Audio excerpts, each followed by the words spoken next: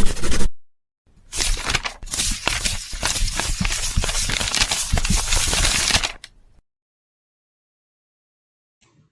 Hello everyone, कैसे हैं आप सभी। उम्मीद करते हैं आप सभी बहुत अच्छे होंगे।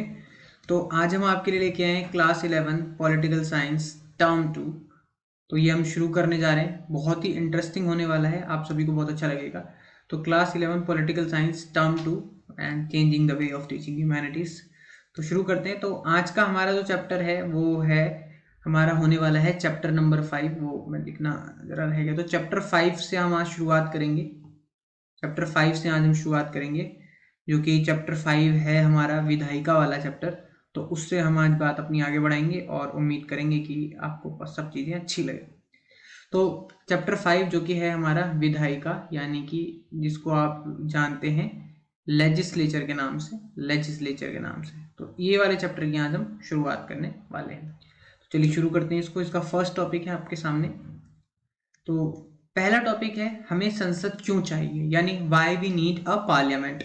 तो सबसे पहले चीज ये ध्यान रखिए, हमारी जो राष्ट्रीय विधायिका है, यानी हमारी जो नेशनल कह लो लेजिस्लेचर है, उस लेजिस्लेचर का नाम है संसद। हमारी राष्ट्रीय विधायिका का नाम क्या है? संसद। तो अब सवाल उठता है कि हमें संसद चाहिए क्यों। सबसे पहली बात, हम सभी के मन में विधायिका के बारे में जैसी बात करते हैं तो एक ही चीज आती है, विधायिका क्या है? कानून बनाने वाली संस्था।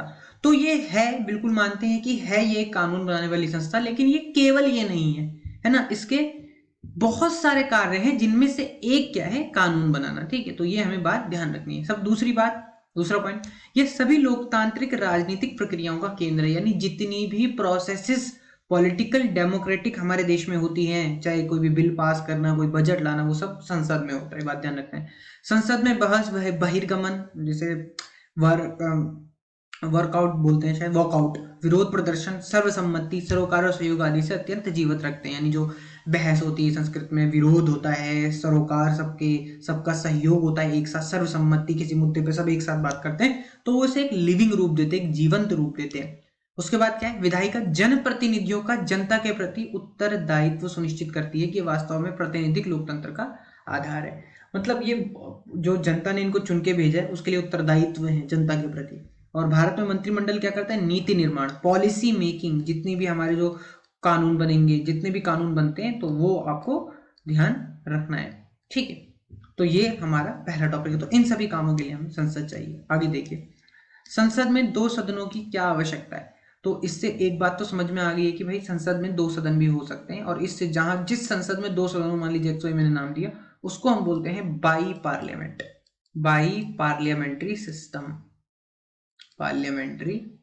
सिस्टम। ठीक है, बाई पार्लियामेंट्री सिस्टम, यानी हिंदी में इसे बोलते हैं द्विसदनात्मक व्यवस्था।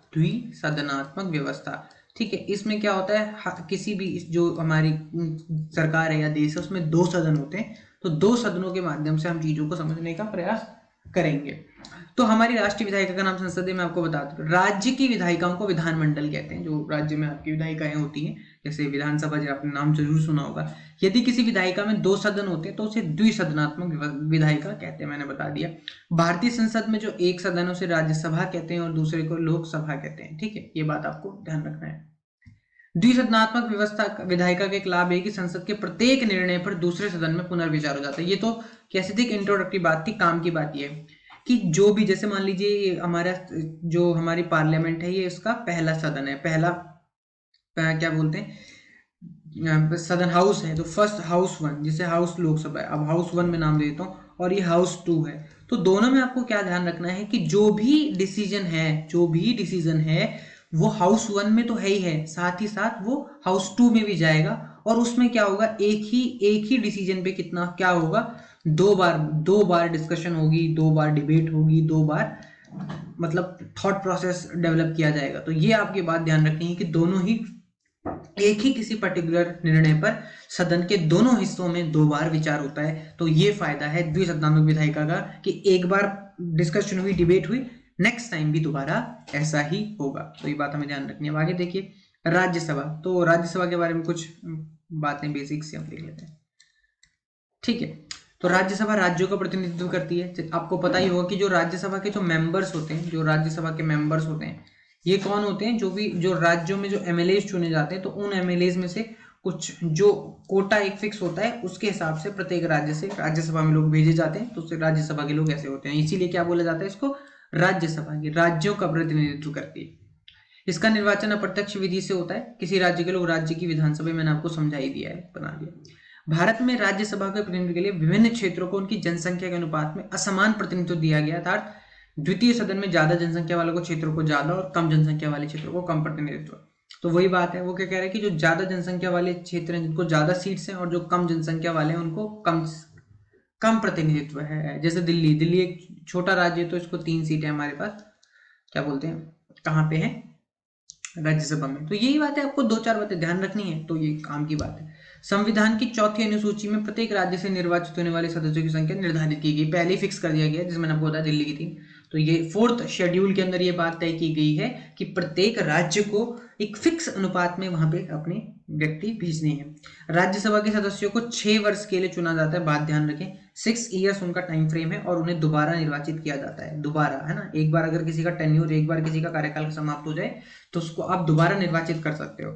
राज्यसभा के सदस्य अपना कार्यकाल, मतलब कि सभी सदस्य अपना कार्यकाल पूरा नहीं करते, क्योंकि 2 वर्ष पर राज्यसभा के 1/3 सदस्य अपना कार्यकाल पूरा करते हैं। तो और इन्हीं 1/3 सीटों के लिए चुनाव होते हैं। और इसी तरह क्या होता है, राज्यसभा भंग नहीं होगी। क्यों भंग नहीं होगी? क्योंकि हर 2 साल में क्या हो रहा है, हर 2 साल में क्या हो रहा है, नए व्यक्ति आ रहे हैं ना। तो इससे क्या होगा कि जैसे मान लीजिए कोई व्यक्ति इस साल आया, अब अगले 2 साल बाद इसका चुनाव होगा, फिर यहाँ पे कोई नया आएगा, तो कभी भंग ही नहीं हो पाती, एक वो साइकिल चलती रहती है। राज्यसभा में 12 मनोनीत सदस्य होते हैं, जिन्हें साहित्य, विज्ञान, कला आदि से लिया जाता है। टोटल आपके 250 मेंबर्स, जिसमें से 238 क्या होते हैं आपके इलेक्टेड, और 12 आपके होते हैं नॉमिनेटेड। जिन्हें राज्यसभा नॉमिनेट करते कौन से? जिन्होंने साहित्य में, विज्ञान में, कला में, समाज में, इन सब में एक प्रत्यक्ष रूप से आके काम किया होता है। अब आती है लोकसभा। ठीक है, लोकसभा को देख लीजिए एक बार। तो लोकसभा के अंदर कुछ बातें हैं जो हम डिस्कस कर लेते हैं। तो लोकसभा में क्या है? लोकसभा में कितने मेंबर हैं? लोकसभा में आपके टू तो नहीं है। लोकसभा में आपके हैं 545 मेंबर्स। ठीक है, ध्यान रखिएगा कितने मेंबर्स हैं आपके लोकसभा में है? 545। ठीक है, ध्यान रखिएगा। तो 545 मेंबर्स हैं आपके, जिसमें से आपको ध्यान रखना है कि जो 543 हैं वो कैसे हैं? वो हैं आपके इलेक्टेड। ठीक है, और इसमें से जो आपके 2 होते हैं वो होते हैं नॉमिनेटेड। और वो नॉमिनेटेड कैसे होते हैं? Anglo Indians. वो नॉमिनेटेड कैसे होते हैं आपके? Anglo Indian. ये बात आपको ध्यान रखनी है। ठीक है, जनता सीधे सदस्यों को चुनती है, प्रत्यक्ष निर्वाचन होता है, डायरेक्ट होता है, आपको पता ही है। तो लोकसभा चुनावों के लिए क्या किया जाता है? जैसे पूरे देश को जैसे बांट दिया सेक्टर्स के अनुपात में। ठीक है, बहुत सारे बना दिए, तो ये टोटल 543 है, तो 543 लोग वहां से चुनाव लड़ते हैं। 543 निर्वाचन क्षेत्र है, इलेक्टोरल एरियाज। फिर उसके बाद जो भी होता है 5 वर्ष से पहले चुना जाता है, और इसे भंग किया जा सकता है। इसीलिए इसको ऑल्सो कहते हैं अस्थायी सदन। राज्यसभा को कहते हैं स्थायी सदन, क्योंकि वो हर 2 साल में चेंज होता है। इसे क्या कहते हैं? अस्थायी सदन, क्योंकि इसे 5 वर्ष से पहले भी भंग किया जा सकता है। ठीक है, अब आगे देखिए संसद क्या करती है। तो ये सारे मैंने आपको विधायी कामकाज, वही जितने कानून वगैरह वो बनाने हैं। सर्वोच्च संस्था है जो कानूनों को स्वीकृति देती है। ठीक है, थोड़ा सा ये यहाँ पे आपको मतलब कि ज्यादा वैसा दिख रहा होगा गैप, बट मैनेज करेंगे तो आपको चीज दिख जाएगा, नोट्स में आपको अच्छा मिल जाएगा। ठीक है, संसद क्या करती है? पूरे देश के किसी एक भाग के लिए कानून बनाती है, सर्वोच्च संस्था है, स्वीकृति देती है कानूनों को, कार्यपालिका पर नियंत्रण करती है ना, कि कार्यपालिका ठीक से काम कर ही नहीं पाई। वित्तीय कार्य करती है कि बजट लाना है, सर्वे लाना है, ये सब काम करती है।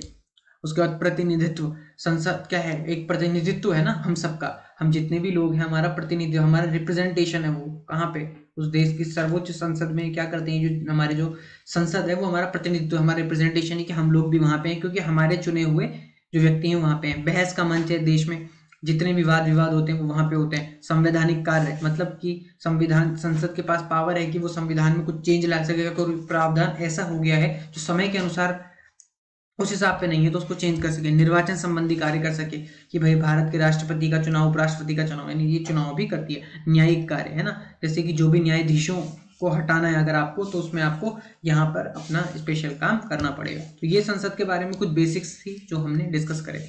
तो उम्मीद करते हैं आपको ये समझ में आए होंगे। एक बार जल्दी से रिवाइज करा देता हूँ। विधायी कामकाज, कानून वगैरह बनाना, कार्यपालिका पर नियंत्रण सुनिश्चित करना, ठीक है, कार्यपालिका अपने अधिकार क्षेत्र में तो है ना कि कहीं अपने जो अधिकार है उससे बाहर तो काम नहीं कर रही। विधायी कार्य जो भी धन का प्रयोग है, बजट है, सर्वे है, ये सब लाना, प्रतिनिधित्व करती है, हमारा बहस का मंच है, सारे लोग वहाँ पे बहस करते हैं, संवैधानिक कार्य करते हैं, है ना कि संविधान में संशोधन कर रहे हैं, निर्वाचन संबंधी कार्य हैं कि राष्ट्रपति या लोक उपराष्ट्रपति जी का चुनाव कराना है, न्यायिक कार्य हैं जो भी हमारे उच्च न्यायालय, सर्वोच्च न्यायालय के न्यायाधीशों, राष्ट्रपति उपराष्ट्रपति को हटाना है तो आपको संसद में विशेष बहुमत के तहत बिल पास करना पड़ता है। लोकसभा की शक्तियां तो क्या क्या है भाई, संघ सूची और समवर्ती सूची के विषयों पर कानून बनाना है, धन विधेयकों और सामान्य विधेयकों को प्रस्तुत करना है, कोई खास बात नहीं।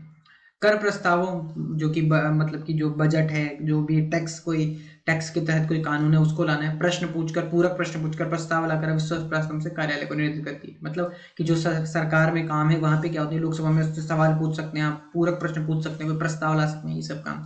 संविधान में संशोधन आप कर सकते हैं कि संविधान का कोई प्रावधान अगर वर्तमान समय के अनुसार नहीं चल रहा है तो आप उसमें संशोधन कर सकते हैं। आपातकाल की घोषणा को आप स्वीकृति दे सकते हैं, राष्ट्रपति उपराष्ट्रपति का चुनाव कर सकते हैं, सर्वोच्च न्यायालय तथा उच्च न्यायालय न्यायाधीशों को हटा सकते हैं, समिति और आयोगों का गठन करते हैं, है ना, जो भी आयोग है हमारे कर्मचारी चयन आयोग है, चाहे संघ लोक सेवा आयोग है, राज्य सेवा, ये सब जो है लोकसभा में आता है। राज्यसभा की शक्तियां तो वही है, सामान्य विधेयकों पर पारित कर उन्हें पारित करती है, धन विधेयकों में संशोधन की बात करती है, संविधान संशोधनों को पारित करती है क्योंकि जो भी लोकसभा से आए, प्रश्न पूछकर संकल्प प्रस्ताव कार्यपालिका पर नियंत्रण करती है, वही कि भाई सवाल अब राज्य जो सरकार है वो काम कर रही है ठीक से नहीं कर रही है, राष्ट्रपति उपराष्ट्रपति के चुनाव में भागीदारी करती है ना, और ये सर्वोच्च न्यायालय उच्च न्यायालय के न्यायाधीशों को हटा भी सकती है, उपराष्ट्रपति को हटाने का प्रस्ताव केवल राज्यसभा में ला सकते हैं। देखिए ये ध्यान देने वाली बात है, ये जो है जो बात अभी हमने डिस्कस करी, that is the point which should be discussed, कि जो उपराष्ट्रपति अगर आपको उसको हटाना है, जो भी उपराष्ट्रपति अगर आपको उसको हटाना है तो वो प्रस्ताव केवल और केवल राज्यसभा में लाया जा सकता है, पॉइंट ध्यान रखिएगा।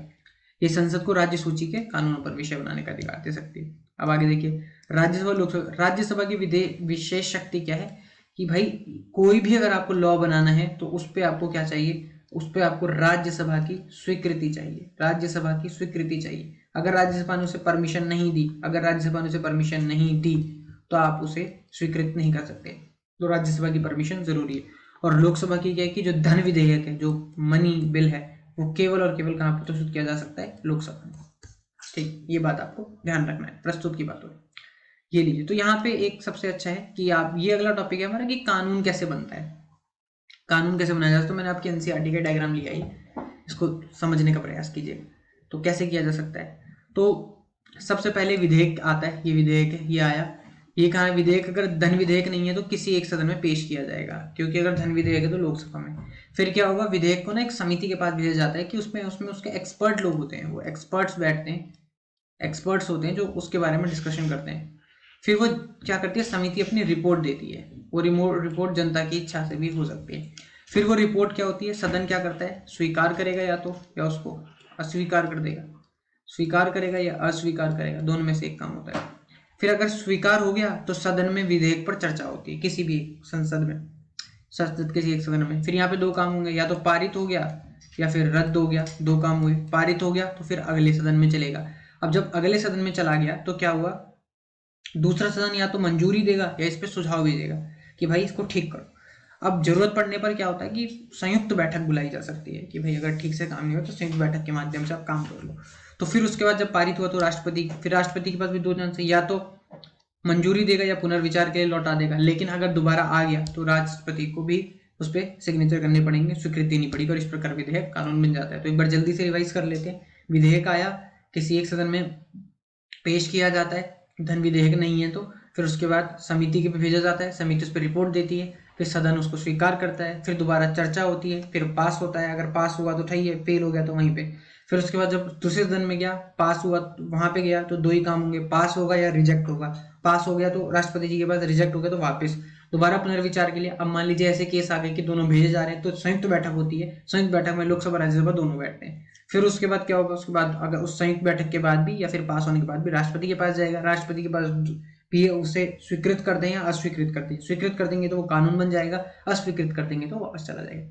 तो ये हमारे कानून बनने का तरीका है, इसको आपको अच्छे से समझना है, ध्यान देना है। चलिए, विधेयक के प्रकार, तो कितने तरह के विधेयक हो सकते हैं, तो विधेयक के प्रकार देख लीजिए भाई। विधेयक हो सकता है विधेयक सदस्यों के आधार पर दो तरह के होते हैं, सरकारी विधेयक और निजी सदस्य।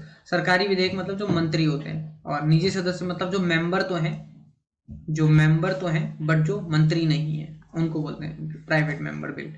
वित्त के आधार पर गैर वित्त विधेयक, सामान्य विधेयक हो सकता है, फिर वित्त विधेयक। और गैर वित्त विधेयक के दो प्रकार हैं, या तो वो सामान्य विधेयक है या फिर वो, यहाँ पे इसे ये लिख लीजिएगा,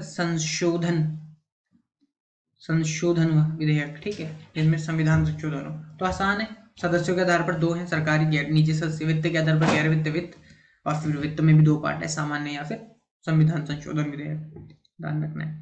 विधेयक के बारे में ध्यान रखने योग्य बातें, तो विधेयक क्या करता है, जिस मंत्रालय से संबंध होता है वही उस पर प्रारूप बनाएगा, उसकी ड्राफ्टिंग करेगा।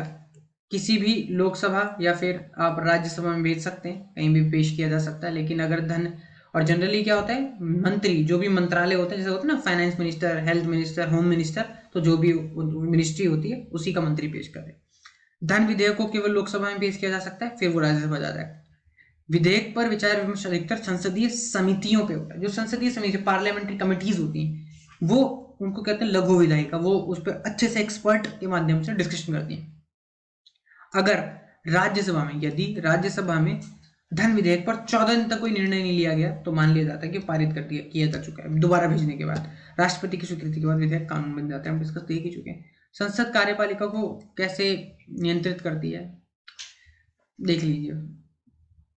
संसदीय विशेषाधिकार क्या है कि अगर कोई किसी सदस्य के विरुद्ध कुछ भी कहे तो वो कानूनी कार्रवाई उसके ऊपर नहीं की जा सकती, क्योंकि वाद विवाद चल रहा है। और विधायिका के अध्यक्ष को क्या होता है, संसदीय विशेषाधिकार के हनन के मामले में अंतिम निर्णय, कि अगर कुछ ऐसा हो गया कि कोई विधेयक चला गया, तो विधायिका का जो अध्यक्ष है, जो विधायिका के अध्यक्ष जैसे लोकसभा में स्पीकर होते हैं, है ना, और जो राज्यसभा है उसमें आपके वाइस प्रेसिडेंट होते हैं, तो उनके ऊपर है कि भाई जो संसदीय विशेषाधिकार है कि किसी भी कुछ भी कहने के बावजूद उस पर कानूनी कार्रवाई नहीं की जा सकती, वो बोलते हैं। और विधायक देखता है कि ये बिल्कुल ये गैर लोकतांत्रिक है, या इस पर हम केस ले सकते हैं या नहीं ले सकते। विधेयक है ये क्या बोलते हैं, जो हमारे स्पीकर होते हैं उसके पास पावर।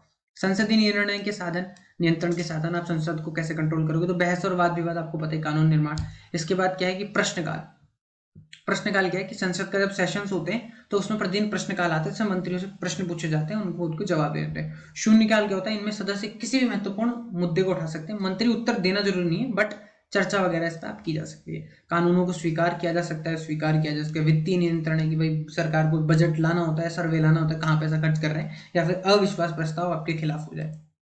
उसके बाद संसदीय समितियां क्या करती हैं, भाई देखो, संसदीय समितियां जो होती हैं उनका बेसिकली काम क्या है कि कोई भी जो विधेयक आया, उस विधेयक पर जो गहन चर्चा है ना, गहन चर्चा, जो भी उसकी तकनीकी विशेषताएं हैं, उन सभी को ध्यान रखते हुए जो गहन चर्चा है, जो उसके भाई कानून के समय कोई अगर उसमें कोई अड़ंगा आ रहा है ना, ये सारी चीजें जो है इसमें हमें ध्यान रखनी होती है। कुछ अड़ंगा आ गया कानून है, भाई कहाँ पे पेंच अगर कोई है, तो वो जो एक कानून में, जिसे वही मैं दोबारा कहता हूँ कि जो गहन अध्ययन है किसी विधेयक का, वो संसदीय समिति करती है और फिर उसके बाद अपनी रिपोर्ट्स वगैरह देती है। ठीक है, तो ये वही टॉपिक है, 2 बार रिपीट हो गया। चलिए, तो thank you. Please like, share, subscribe. अगर आपको अच्छा लगा हो तो प्लीज़ लाइक कीजिए, चैनल को शेयर कीजिए, सब्सक्राइब कीजिए और बेल आइकन को जरूर दबाइए। उम्मीद है कि चैप्टर की आपको एक गहन अध्ययन, गहन नॉलेज जरूर मिली होगी। लेकिन मैं फिर भी आपको कहूँगा, बुक जरूर पढ़नी है। बुक पढ़े बिना आपको गहन नॉलेज नहीं मिलेगा किसी भी चीज़ का। ठीक है, तो ये बात आप ध्यान रखिएगा।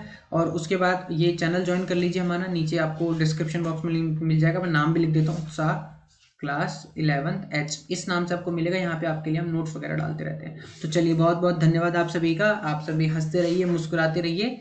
Stay healthy, stay happy.